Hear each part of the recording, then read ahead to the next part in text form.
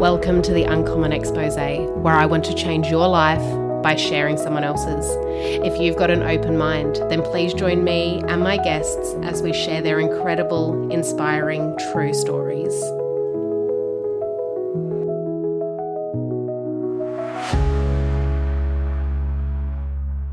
Good morning. Welcome to my podcast. I am so grateful that you've reached out to share your story with me today. I am super excited for you to come on and tell me about your experience. So welcome. Thank you so much, Shay. Thanks for having me. Yeah, you're welcome. No, thank you.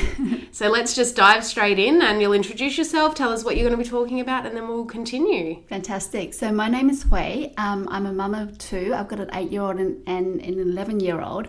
I'm 46. Yes, 46. And a resident of Greater Springfield. Yeah. Yeah. Amazing. All right. So what are you going to be talking to us about today? I thought today I'd share my experience growing up as a refugee, because a lot of my friends and colleagues, and they don't realise that is my background, because they know me as someone who's pretty much part of the community, and I don't think anyone's really asked or realised that that's my background, and that background has really shaped who I am today, all my values, and one of my biggest values is actually gratitude. Yeah, right. Massive value. Yeah. I put that into everything I do. Yeah.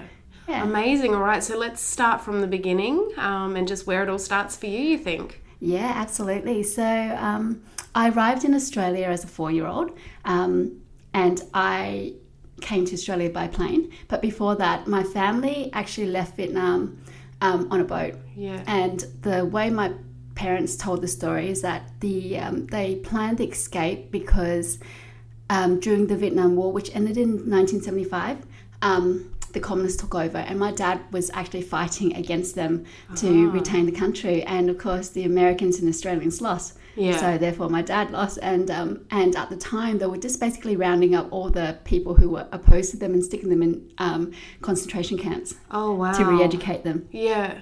And so my parents at the time, with 2 young children, like, yes, there's no future for us here. Yeah. So it's not only them, but I believe about 2 million people left Vietnam for that very same reason. Wow. Yes. That's it's huge. insane. Yeah, because they did not see a future for their families if they stayed. So my dad was one of those people, and he said, right, so they spent a whole year afterwards planning this escape, and they built this boat, a fishing boat. Oh, your parents built a boat? Yeah, not just them, but like they built it as a I guess like a fishing boat. So the authorities saw it like they're trying to rebuild, and it's a fishing boat. But what happened was they planned this escape, and they had mostly family. There were 77 people, right, on this boat that was 3 meters wide by 11 meters long. Jeez. 77 people. Oh my goodness. Did they just try to fit as many people on as they could? And more people jumped on and just became stowaways than they realised until they got off the other side. But it was crazy. I was 2.5 when that all happened, and my brother was 1. So you can imagine 2 20-something-year-olds. That they were my parents. My grandparents were on board, my cousins, a whole bunch of people, and some random people as well. They all left and thought, well, we may as well risk our lives. It's better than what we have here. So you can just imagine the desperation that people must have felt to do that. I can't imagine myself as, with my family risking everything. It gives me goosebumps anytime I watch anything on TV or read any books or anything that have that kind of situation of having to flee with small children. It's insane. It's horrific. Yeah. So do you have any memories of being on the boat? I personally don't have memories because I think I was too young. But when my parents told the story, it was very much like the waves were like scary, and we were out in the ocean for 3 days. Yeah, wow. And then our engine died. But before that, I think it was like day 2 or something, they were surrounded by these 4 big ships, and they were like pirate ships basically. and they got them all to jump over, move from their boat to the big boat, the pirate ship boat, so they can go through all the belongings and stuff. They made everyone strip down so that they can take all the valuables. Yeah. Mum said one of my aunties swallowed her jewelry. Another one, Mum said she had a few necklaces or whatever. She stuck it in my food pouch, so they didn't check there. Oh, really? Yeah, and there was rape and all sorts of that was going to be horrible. my question. Were they? Yeah, apparently there were Were they four. nice? But obviously, No, they weren't nice. So apparently there were four. There were four girls, teenage girls who got raped. Oh, One, wow. I think, tried to jump overboard. They fished her out, and they Oh, wow. it wasn't very nice. But then they took everything and then popped everyone back on the boat. And apparently the next day, that's when the boat died. And we were just really lucky because we were rescued by an oil tanker, a Malaysian oil tanker, and brought back to Malaysia, where most of the Vietnamese refugees ended up, I think. Or a lot of them anyway. So we were there for 18 months. Wow. So at the time, Mum and Dad had my brother and I, and then in the 18 months, I don't know how, but they managed to conceive my other brother. Oh, wow. Because that bit I do remember. So I don't remember everything, but I do remember snippets of what it was like, because I was In Malaysia? In Malaysia. Yeah. So the memories that flash up to me was us kids playing in the churchyard, and all I remember is orange cosmos flowers. Yeah. So every time I see a cosmos flower, Yeah. it just pops. Like, these memories are really, Are they positive memories for you, or? they were just memories. Yeah, I don't know okay. if they weren't bad memories. They're just memories, and Yeah. just flash back to that churchyard and Yeah, these kids okay. running around. I guess they were happy because we were playing. Yeah.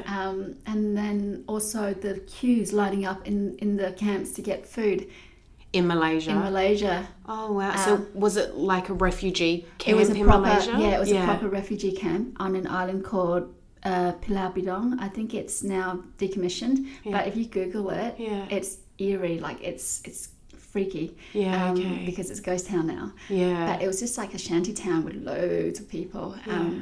And so we were given food, and I remember there were times when Mum and Dad came back with soup and there would be grubs in it, like just stuff like that. Those memories I remember. Grubs that are not supposed to be in there. Okay, yeah. So those kind of flashbacks I remember. Yeah. And my cousins and I digging underneath the houses to make tunnels just to play, because we were kids and there was nothing there. So those memories I still have, but not much else, because the struggles, I was too young to really realise what they were. And then in 1983 we got sponsored over to Australia because my auntie somehow was over here first, so she sponsored us over, and I was 4. So I was quite lucky in that sense that when I arrived in Australia, I was so young that I could really immerse myself in the culture and stuff. Yes. And then when we got to Australia, we were in a camp. It's like, is it a refugee camp? No, it's when detention centre. Oh, okay.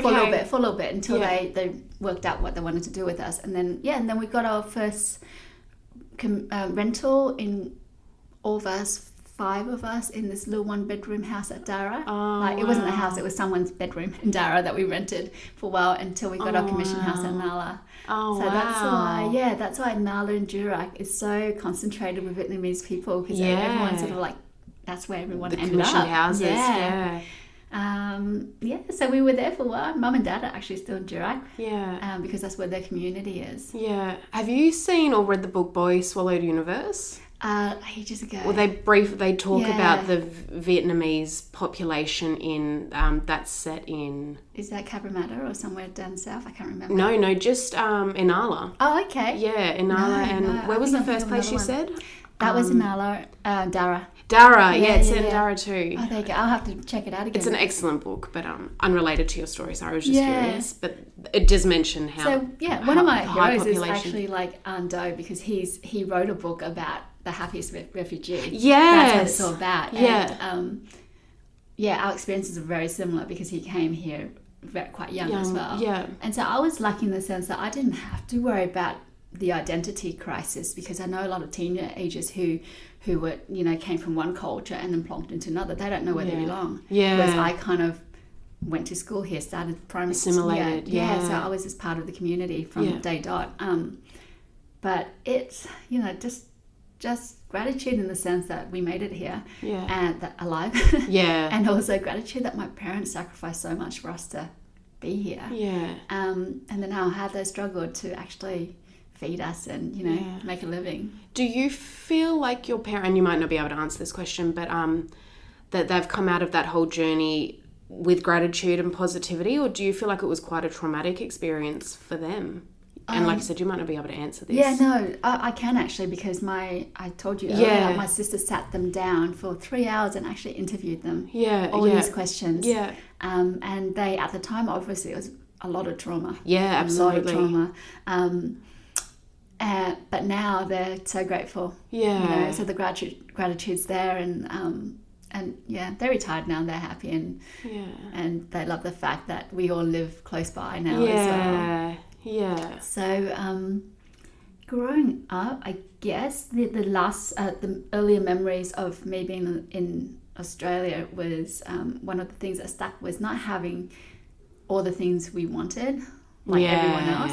We had everything we needed, but just going to school. Actually, I'm a photographer by trade, so tomorrow I'm heading up to Bunya to photograph a charity called Stationery Aid. Yeah. And what they do is they collect all the leftover books from, you know, the end of school year that's hardly used. They repurpose it, and then they give it back to the kids who need it. Yeah, that's excellent. And yeah, that really resonated with me because when I started school, we had nothing. Yeah. And the Smith family came in. Oh. And they donated school bags. They gave us everything we needed to start school. And I just, you know, even now I get teary because I remember the pride that Mum and Dad had, that they... Oh, it's going to make me cry. Yeah, like it still does. It really affects me. That they had, that they could send us to school like everyone else. Yeah. So that was pretty amazing. So much gratitude for the help that's getting out me there. too. I know. Yeah. I'm not quite a teary person, but then I have so much gratitude for my parents. That's right. For that. The appreciation. Do you know what I mean? Yeah. We take so much for granted. Yeah. Growing up here, that we don't think about all the small things. No. Yeah, so that was one of the memories that still really triggered me. Yeah.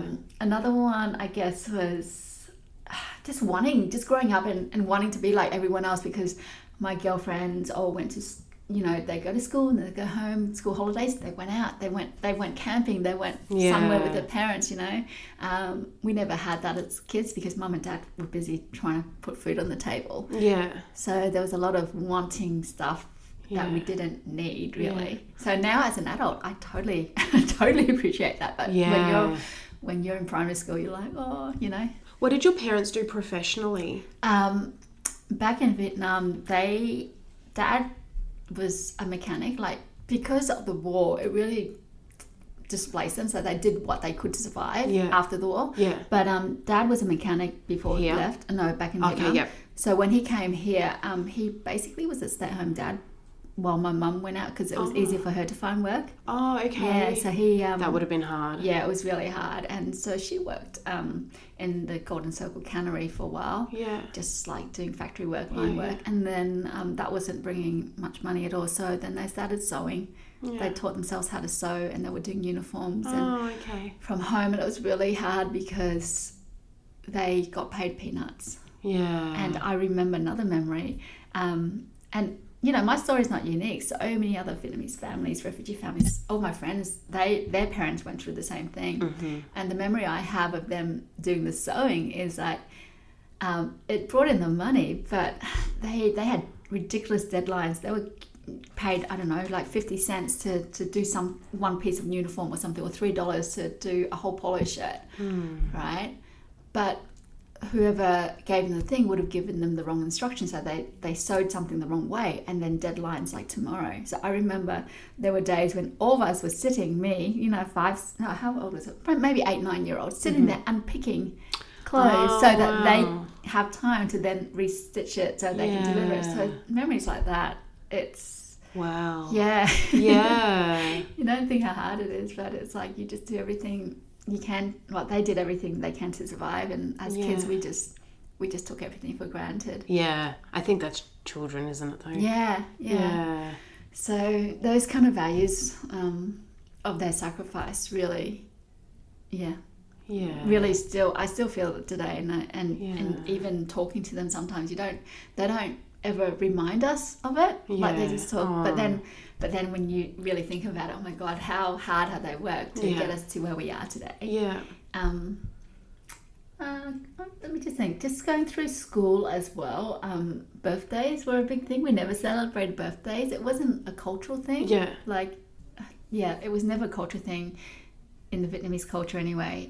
It is in Australia. So we never got birthday presents when growing up. So we're like, how come? Why don't we get birthday presents? Yeah. And you mentioned that and I'm an Australian-born person, but I do typically see that children of the same culture all seem to gravitate towards each other because there's obviously shared beliefs and shared customs and things like that. But you just mentioned that all of your friends were Australian. So, or were they Vietnamese? Did you find that you would gravitate towards Vietnamese people, or? So at school, all my friends... Yeah, my school friends were all Aussies. Yeah. My best friend at the time was tall, blonde, blue-eyed. I just wanted to be like her. Yeah. But where we were, my parents were quite religious, so we went to church all the time. That was the one non-negotiable. We all went to church so many times a week. I've lost the count. Oh, wow. But they used to send us to Sunday school. Yeah. And so... I hated it at the time because I'm like, oh my God, more study. Yeah. But what that did was taught me how to read and write Vietnamese. So I can read and write Vietnamese. Yeah. I wouldn't trust myself in business, but I can conversational. Yeah. I can. And I made a lot of really good Vietnamese friends who share the same values, and they're the same age, so they have the same belief system as me. So even though at core they're Vietnamese, they're very westernized the way they think. Yeah, okay. And for me, growing up through school, that was my struggle. It's like, for so long, I actually didn't want to be Vietnamese. Yeah. Because I was kind of like embarrassed and ashamed. Yeah, okay. Because I just wanted to be like everyone else. Yeah. So I was lucky because I never experienced racism firsthand because I was so westernized, I guess, in the way I thought. I never really had an accent, a typical Vietnamese accent anyway. And so I just sort of fit in, but I've seen the racism. Like I saw how others were treated and stuff, and kids are just cruel. You know, they don't understand. They're just, even if there's nothing wrong with you, they can find something and tease you about it. So growing up, that I didn't have the racists towards me, but there was definitely a lot of it around. Yeah. So primary school, and then high school was the same. I think I just wanted to be like my friends. And at one stage when I was 14 to 16, I decided to call myself Stephanie. Don't even ask, because my name's Hui. So it's spelled Hue. Yeah. It looks like Hugh. Yeah. So no one can actually say it. And it just bugged me, and I was like, oh my gosh.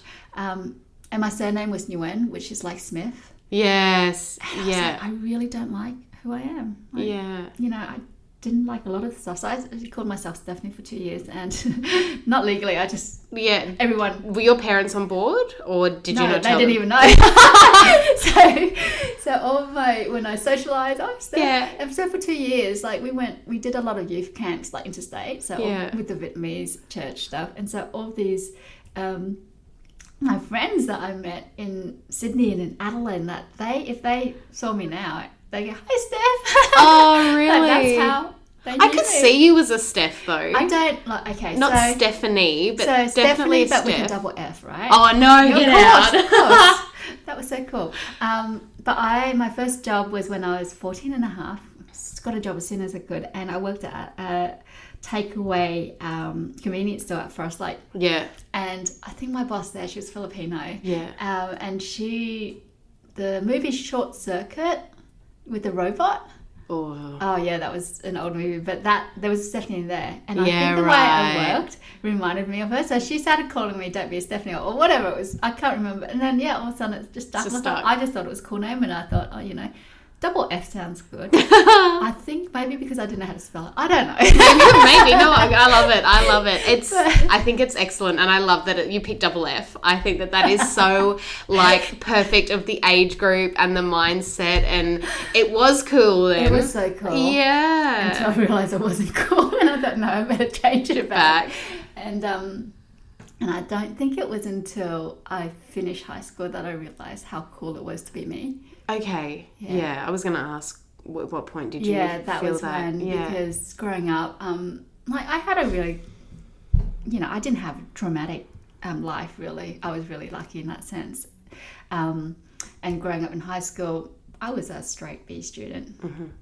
Yeah, didn't really excel in anything, but that was okay. I tried my best, and that was, my parents were amazing because they wanted us to do well. Yeah. But they were never ones to push. Yeah, okay. Whereas I know some of the other parents or friends, they really push their kids to do hard because they're like, we sacrifice all this, and you need to.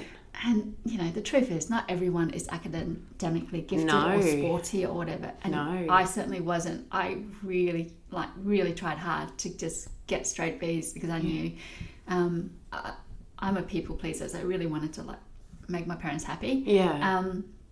So inside I was creative. I was really creative, but I never. And that doesn't really fit into the academic scheme of things. And so I remember in high school they had Careers Day, and there was a guy that came. He worked in advertising, and he came and said, "Oh yeah, I'm in advertising, ad sales. It's really cool. Long hours. You don't really get a social life because you work so hard. Blah blah blah." And he told us all the negative stuff about it, but all I heard was the free stuff. He said, you get a lot of free stuff though when you do advertising because you get all the samples and you get tickets to this and that. In my head, 12-year-old Stephanie, so year 12 Stephanie, how old was I? 17-year-old. Yeah. All I heard was the free stuff, and I thought, that sounds good. Yeah. So when I was looking for things to do at university, I thought, free stuff, okay, how can I get into advertising? And I ended up doing a Bachelor of Business Communications, specialising in advertising. Yeah. And that's how my career started. But when I jumped from high school to university, I think that was when I realised that being me was cool. Mm-hmm. Because when you're outside of that high school mindset and go into that bigger, broader university stage, you meet so many cool people who aren't Australian, that come from different nationalities. And then I think also you mature and you grow up and you change your mind about a lot of stuff. And so you see the world differently. So and you're able to be yourself. Yeah. Rather than sitting down and trying to be academic, you could be creative, and that was an asset to you. Yeah, and also it was an opportunity to reinvent yourself because no one knew you, really. Yeah. Do you know what I mean? Yeah. Because a lot of my Vietnamese friends, a lot of them went into medicine or accounting or stuff like that, which was all cool. Yeah. So they went to different universities, and a lot of my high school friends actually didn't end up doing what I did. So I met a whole new group of friends who were all into what I was into, and it was really cool. Yeah. So that was really when I started to embrace who I was and my heritage as Vietnamese, but I consider myself Aussie. Yeah. And so I don't feel like I need to pretend otherwise. I'm very proud of my Vietnamese heritage now. Yeah. And that has helped me, I guess, anchor my values, what's important to me. Yeah. And straight after uni, I went to Sydney. And funny story there was, once again, I met a whole bunch of new people. And one of my neighbours came. We had a little bit of a party one night, Australia Day party or something. Mm-hmm. And that was the year that Australia, I can't remember which Prime Minister said, no more boat people. Do you remember that? Yeah, I think it was John Howard. Yeah, and they had this big thing on no boat people, and the comments were coming out of these people who I really liked. Yeah. They were so negative about, but they didn't know my story. Yeah. It was insane. They were like, they're just coming to bleed the system, all the typical things that people say when they don't know anyone who has the same experience firsthand. Because they only hear what they hear in the media. That's right. Or they only know what they hear in the media. And I actually was sitting there going, hello. Yeah. I was actually a boat person. Yeah. And if Australia didn't welcome my family here, I wouldn't be here. Yeah. But I wouldn't have been able to contribute back to the community. Yeah. Do you know what I mean? So it's ignorance that I think people feel a certain way about things because they don't know. But as soon as I said that, actually, he was so remorseful of his comments because he did not personally know anyone who made anything of themselves. And I wasn't saying that I made something of myself. I was just functioning, working and paying my taxes. And I'm like, well, that's all my parents wanted us to do was to live in a society where we have the freedom to do what we want to do. Yeah. And contribute and be part of it. Yeah. We're not here to steal your money. We're not, you know. Yeah. We just wanted they just wanted a better life for us, and that's why. And so I have so much empathy for all the new refugees, because they have it so much harder now, much harder, because it's tough now. Yeah, to get in.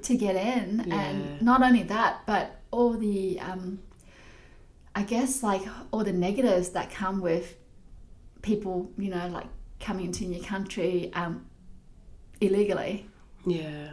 Because what they don't see is the desperation behind it. And I'm sure if you speak to anyone who has entered the country legally, a big part of it is because they didn't think they had a choice. Yeah. You know what I mean? So yeah. Obviously there might be some who aren't, but the majority is out of desperation. Yeah. So yeah. Do you feel that because you have assimilated so easily from a young age, that might have been why this person was so open to hearing your side? He knew you personally, and he, I'm going to say, identified you as Australian. Yeah. But if you had been really true to Vietnamese and had clung to your cultural beliefs and those things, that he might have had a different perspective. Yeah, I think so. No, you're right. I think so. Because he knew me as a person. Yeah. He didn't stick me in a box like, oh, you were a refugee. Yeah, yeah. And I think just in life in general, people judge very easily. They look at you and they say, don't judge a book by its cover, but you do, right? Yeah. You do. And I now share, you know, I've been on a few podcasts and I love sharing this part of me, because a lot of people don't realise. Yeah. They see someone in their 40s with a family. My husband's English. Yep. And so my kids are half, but they identify as Australian. Yeah. Do you know? Yeah. They know how to count in Vietnamese. Yeah. So I feel like I'm a failed mother in the sense that not being able to teach my kids the language. Okay. But it's hard. Oh, yeah, It's absolutely. hard because I don't speak it at home. I only speak it when I go to mum and dad's. And then when I go there, mum and dad want to speak English with them. So Yeah. I teach them. Yes, I can't even remember the question, but it's progressed naturally into a conversation. So it is. People see you, they just make stories up in their heads about who you are without anything, and we all do it. Like you know, like you look around and you go, oh yeah, they must be wealthy. Oh yeah, you know, they must have had an easy life, or they must have struggled. But you just don't know people's story until you talk to them. Yeah, exactly. And this part of my story, I just feel grateful that I did have a very boring upbringing. Yeah, boring's good. I don't like drama. And what that's allowed me to do is after university, I went and travelled. Yeah. So I was in Sydney for about 5 years. I went to Hong Kong, worked and lived there for 2 years, and then London for 4 years. Yeah. And then came back here. Have you been back to Vietnam? I have been as a tourist. Yeah. People look at me and they're like, yeah, she's a tourist. Yeah. It's so simple. Like, I look Vietnamese, but I don't act Vietnamese because I've been here I'm Aussie, you know what I mean? The way my values are very westernized and Did you go to when you went back to Vietnam, go to the place where your parents lived, or did you just do the tourist things? Yeah, I did mainly the tourist thing. So one of the things that I would love to do with my family is to take them back and go to all those places again. My kids are just too young to appreciate that, so I'm just going to wait and actually make it a real experience for them. But I still have some family back there. Some mum's got some sisters still back there. So we will definitely go back. But once again, I'll go back as a tourist because I didn't grow up there. But of my friends who've travelled back to Vietnam absolutely love it now. They think it's amazing, you know. Yeah, that's amazing. So how do you feel now? So you said you're a photographer.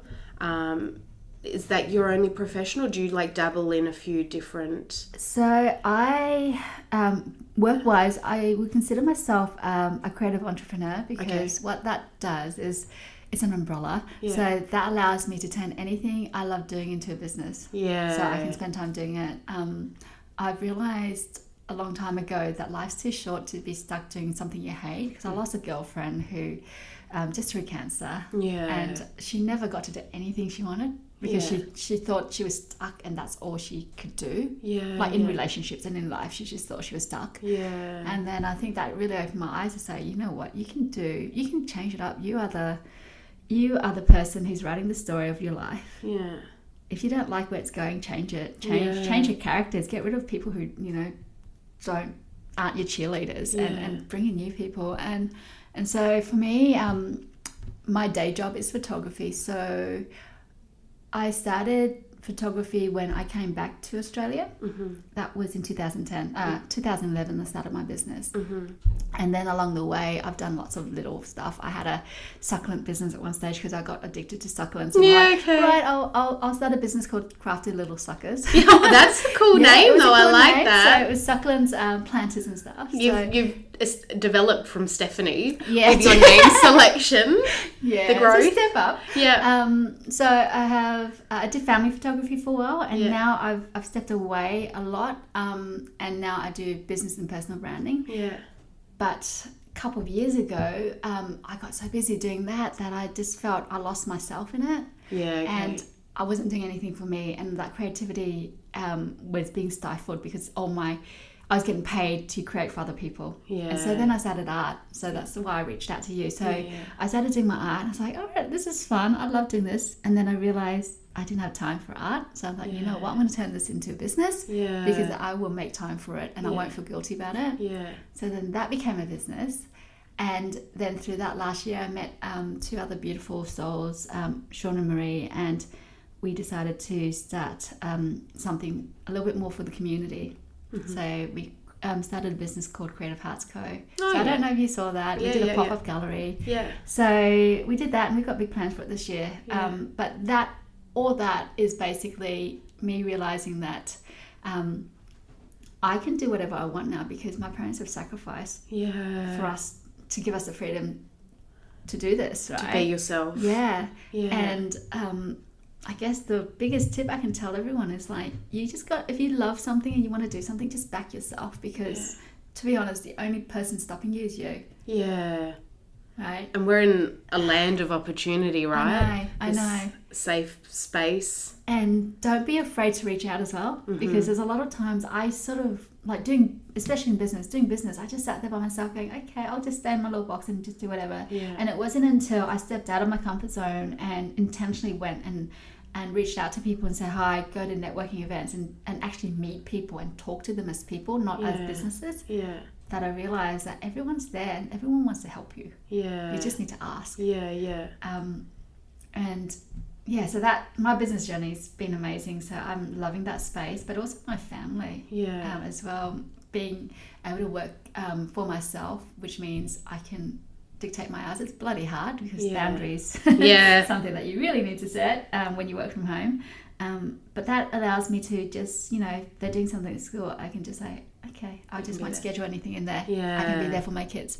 Because the one biggest regret that my parents said of raising us, because in the end they ended up with 5 kids. So they had 2 more girls in when they came to Brisbane. So 5 kids. And my sister asked them, she said, what was your biggest regret raising us? And they said it was that we couldn't give you the time. Right, we weren't there for all the school stuff. We didn't spend time to get to know you guys as people. You were just a daughter. Because it was so busy. That's right. I was going to say they were providing. And they felt so much guilt around that. And we just said, oh my God, look at us now. We, we're all doing fine. we didn't miss out on anything that we needed. You guys gave us everything we needed. And now that they have, they can relax now. They have the mental and emotional capacity. They're giving all that love and all that to our kids. We see that, and it's so beautiful. Just my dad, he mucking around with my kids. He would never have done that with us. We would have had a slap on the bottom, because don't be silly, but now it's fun.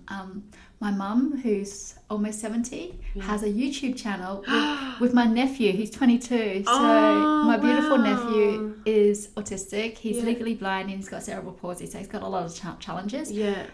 They started a YouTube channel together a couple of years ago, and she's posting daily. Oh, wow. It's insane. She's found her voice now, and she's like out there sharing cooking and gardening. And do you think you've got your creativity from her then?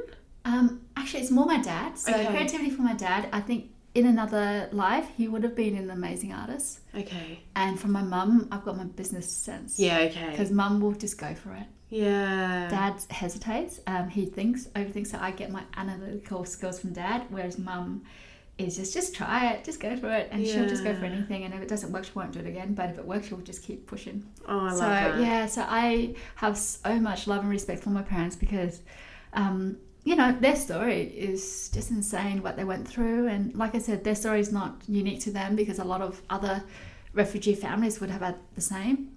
Yeah. But now, being in my 40s and knowing what they went through, just the sacrifice, I appreciate it so much. And so gratitude's one of my biggest values. And if you go to my personal Facebook page, it says there's a quote on gratitude: the more you have are thankful for, the more you will have to be thankful for. So something like that. It seems that there's, just from listening to your story now, their struggles have given you like a thirst and a passion for life. Absolutely. You've been given this opportunity to make whatever you can, and you're going to grab that with both hands and ride the wave. Yeah.